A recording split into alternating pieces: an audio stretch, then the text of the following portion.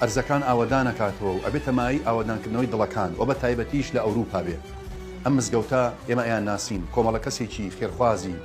دینداری دینویست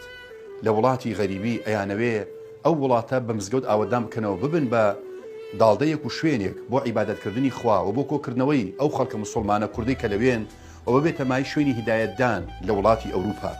بۆی من داواتان لێکم بە هیمەتی خۆتان بە گیرفانی خۆتان بەشدار بن، باشترین سەدەقە جاریەک لە دوای خۆتان بمێنێ و خێرەکەی بۆتان بێ مزگەوتە. مزگەوتیش لە پێناوی خوایە بە بەرمژدەی پێغەمبەری خوا بکەون صلی الله علیه وسلم کە ئەفەرمێ ئەگەر هەر کەسێک ماڵێک لە ماڵەکانی خوا لەسەر ئەزا دروستکە خوای گەورە ماڵێکی بۆ دروستەکا لە بەهەشتا و ئینشاءالله ئێوە ئێبن بە یەکێ لەو کەسانە. ڕەوەندی کوردی هەڵساون بە کڕینی بۆی بێتە بنکەیەک بۆ پەروەردەکردنی ڕۆڵەی کورد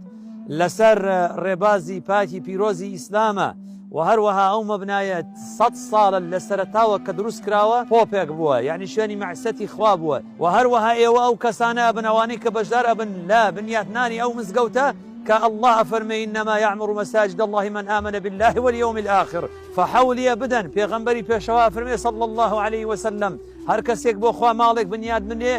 ولو كفحصي القفا فەرمێ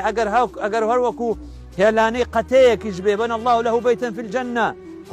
خوای میهرەبان لە بەهەشتا ماڵێکی بۆ بنیات ئەنێ. جا چاومان لە دەستی ئێوەیە دەستی یارمەتی درێژکەن پارەیەکی زۆری تێچووە هیمەتی بکەن ئینشاء الله تعالى سەدەقە جاریەیەکە ئەوە لە دوای ئێوە هەر سوزدەیەک هەر کڕنەوەشێک هەر زیکرێکی تێدا دەکرێت لە دوای مردنا ئێوە شەریکن لەو خێرە جا ئەو خێر لەستی خۆتان نەدەن هیمەتی بکەن ئینشاء الله تعالى. ئەو برانەی کە ئیشرافی ئەو مەشروعە ئەکەن شادیان بۆ دێن ئینسانی بسۆزن بۆ دینی خوا. بەخشین لەم کاتەدا زۆر زەرورە خوشکانی خۆشەویستم برانی بەڕێزم ببەخشن لە پێناوی خوای گەورە، دڵنیا بن ماڵ بەبەخشین کەم ناکات. ئەو ماڵی کە بەخشینی تیا دەکرێت دڵنیا بن بەرەکەتی زیاترە، دڵنیا بن لەوەی کە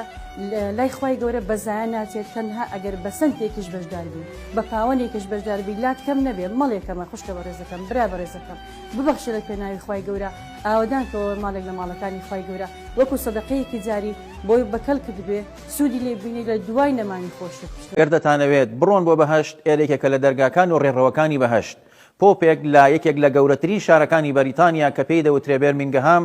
لێرەوە بڕیاردراوە و دەست پێ کراوە کە ئەم پۆپە ببێت بە شوێنی خواپەرستی و سوژدەی تا ببرێت، ئەو شوێنەی کە خەڵک سەری تاگەرمە کرد. ئێمە ڕوحی خەڵکی تاگەرمەکەینەوە و ڕوحی خەڵک ئاوێتە ئەکەین لەگەڵ ئاەتەکانی قورئانە و دواتریش بەرەو بەهەشتی نەبراوی خوای پەروەردگار پاداشتەکەی لێوەرەگریت. لێرەوە سیر کە ئەو ڕۆژەی کە لەدایک دەبیت لەناو ئەم مزگەوتەیە بانگەدرێ بە گوێتە هەچی خۆشی و ناخۆشیت هەیە لەو بەینە دەتوانی لەم مزگەوتەوە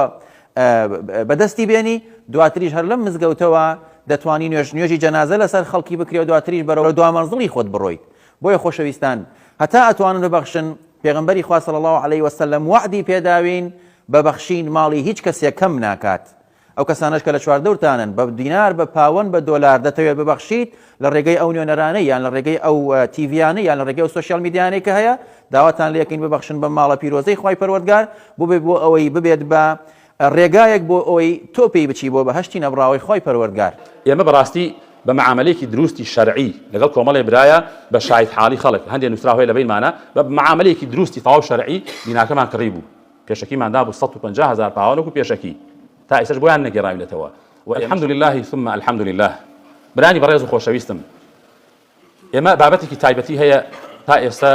ئەمانویست بەڕاستی زۆر بە ئاشکرا هەندێک شتێ باسی نەکەین، بەڵام ناچارە بین کە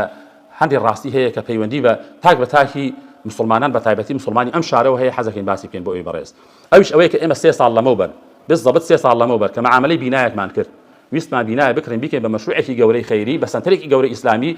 هەم لە مزگەوت هەم لە شوێنی مردو شۆردن لە شوێنی مناسبەت و بۆنە لە مەکتەب و مەدرسەی فێرکاری و لە سەنتەری گەنجان و لاوان لە قاعی جیم بۆ ژنان و بۆ پیاوان، یعنی پرۆژەکانمان کۆمەڵی پرۆژە بوو کە ئەتوانم بڵێم جێ ئومێدی هەموو خەڵکی بوو. بەڵام بەداخەوە یعنی هەنگاوێک چوونە پێشەوە دوایی وەستاین و بۆیە حەزەکەم کە هۆکاری ئەو وەستانە یاخود هۆکاری مەحتەل بوون و نەتیجەی ئەو مەشروع بزانین بەروکێ ڕۆشتووە. جارێ ئێمە بەڕاستی بە معاملەیەکی دروستی شەرعی لەگەڵ کۆمەڵێ برایە بە شاهید حاڵی خەڵک هەندێک نووسراوەی لە بینمانە بە معاملەیەکی دروستی تەواو شەرعی بیناکەمان کڕی بوو، پێشەکیماندا بوو 150,000 پاوەنێک پێشەکی تا ئێستاش بۆیان نەگەڕاوینەتەوە و ئێمە شەرط